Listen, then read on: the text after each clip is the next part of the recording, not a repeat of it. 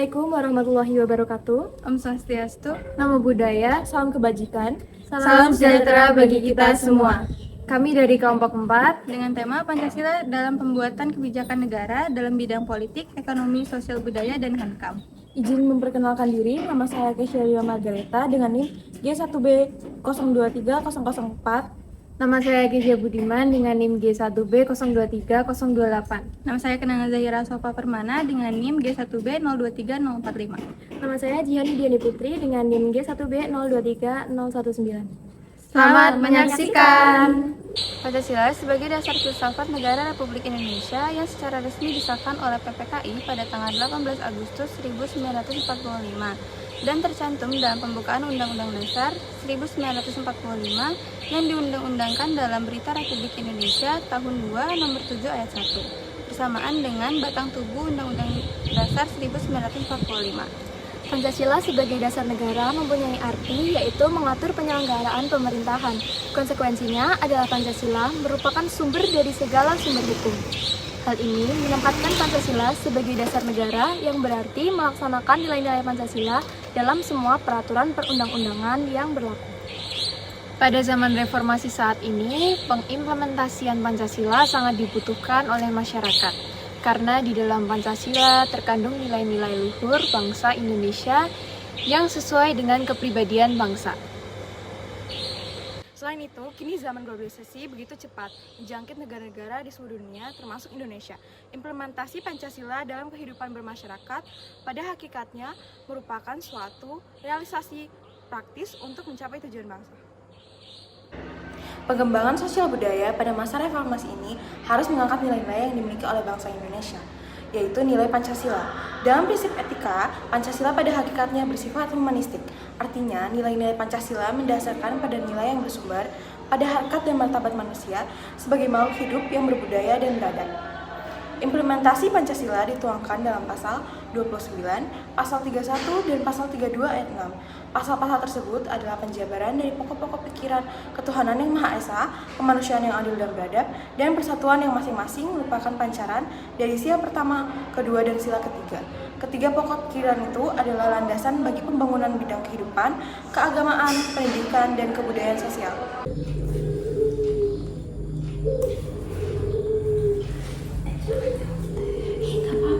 Gak ketahuan, tapi dia berdua aja, doa.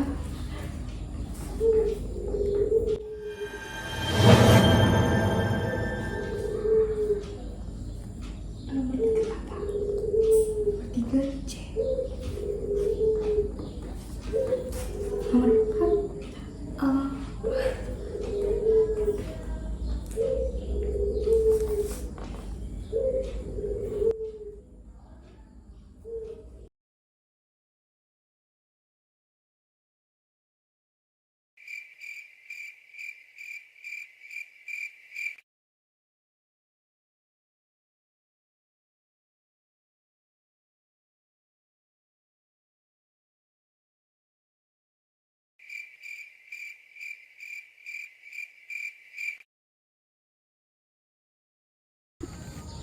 Kan tadi kita dapat tugas video, mau dikerjain kapan tuh?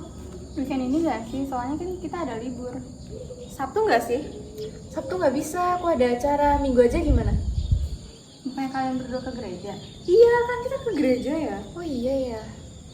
Boleh deh sekali-kali bolos. Ya gimana ya? Emang boleh? Yaudah, nggak apa-apa deh. Udah.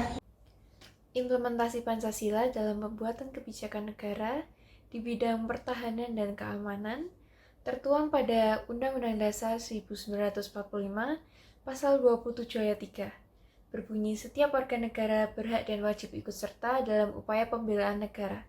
Serta pasal 30 ayat 1 tiap-tiap warga negara berhak dan wajib ikut serta dalam usaha pertahanan dan keamanan negara. Kebijakan tersebut dilandasi oleh sila ketiga Pancasila dengan tujuan agar setiap warga negara wajib ikut serta, aktif berpartisipasi dalam usaha pertahanan dan keamanan demi kepentingan bersama.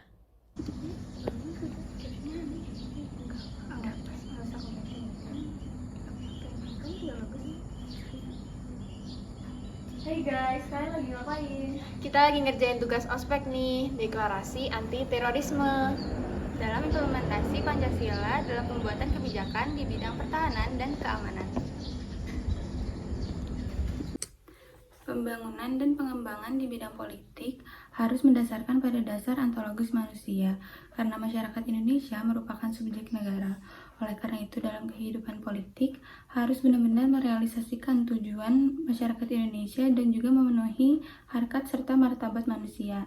Implementasi Pancasila dalam pembuatan kebijakan di Indonesia tercantum pada pasal 26, 27 ayat 1, 28 ayat 2, dan juga dalam perwujudan sila kedua dan sila keempat. Pasal 26 menjelaskan tentang warga negara Indonesia, pasal 27 ayat 1 tentang kedudukan warga negara Indonesia, dan pasal 28 ayat 2 menjelaskan mengenai hak asasi manusia. Mengapa Pancasila diikutsertakan dalam pembuatan kebijakan di Indonesia? Karena praktek-praktek yang menghalalkan segala cara harus dihapuskan seperti video berikut. Tahu nggak? Kemarin aku habis bikin SIM loh, lihat.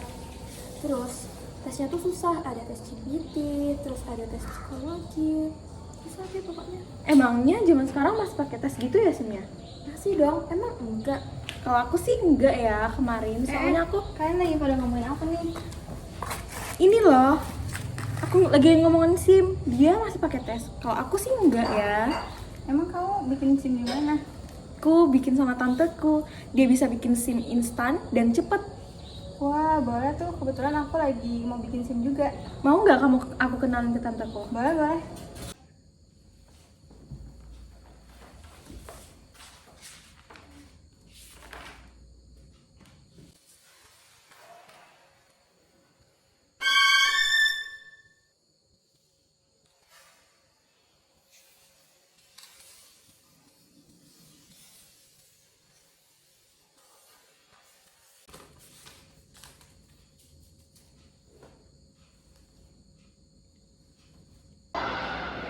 Di dalam dunia ilmu ekonomi terdapat istilah yang kuat yang menang, sehingga lazimnya pengembangan ekonomi mengarah pada persaingan bebas dan jarang mementingkan moralitas kemanusiaan. Hal ini tidak sesuai dengan Pancasila yang lebih tertuju kepada ekonomi kerakyatan, yaitu ekonomi yang humanistik yang mendasarkan pada tujuan demi kesejahteraan rakyat secara luas. Pengembangan ekonomi bukan hanya mengejar pertumbuhan saja, melainkan demi kemanusiaan, juga demi kesejahteraan seluruh masyarakat. Maka sistem ekonomi Indonesia mendasarkan atas kekeluargaan seluruh bangsa. Implementasi Pancasila dalam pembuatan kebijakan negara dalam bidang ekonomi dituangkan dalam pasal 27 ayat 2, pasal 33 ayat 1, dan pasal 34 ayat 2. Pasal-pasal tersebut adalah penjabaran dari pokok-pokok pikiran kedaulatan rakyat dan keadilan sosial yang masing-masing merupakan pancaran dari sila keempat dan sila kelima Pancasila. Kedua pokok pikiran ini adalah landasan bagi pembangunan sistem ekonomi Pancasila dan kehidupan ekonomi nasional. Hai guys, kesibukan kalian sekarang apa? Aku habis meeting kemarin dari Paris, kalian beli Rolex. Keren tuh. Aku juga kemarin habis liburan tahu sama suami aku. Aku dibeliin baju nih sama Mahal tahu. Kalau saya aku habis beliin cincin ya sama tunangan aku. Terus aku juga dapat tas Chanel. Terus kita keluarin ini jas cincin. Sorry ya guys, aku telat, aku habis pulang kerja nih. Kamu emang kerja di mana? Aku kerjanya di perusahaan A. Oh, perusahaan rintisan itu ya. Kerja jadi apa? Aku baru magang sih. Gajinya emang per tahun berapa? 40 juta. 40 juta? Itu seharga uang bulanan dari suami aku. Kita liburan gak sih hari ini?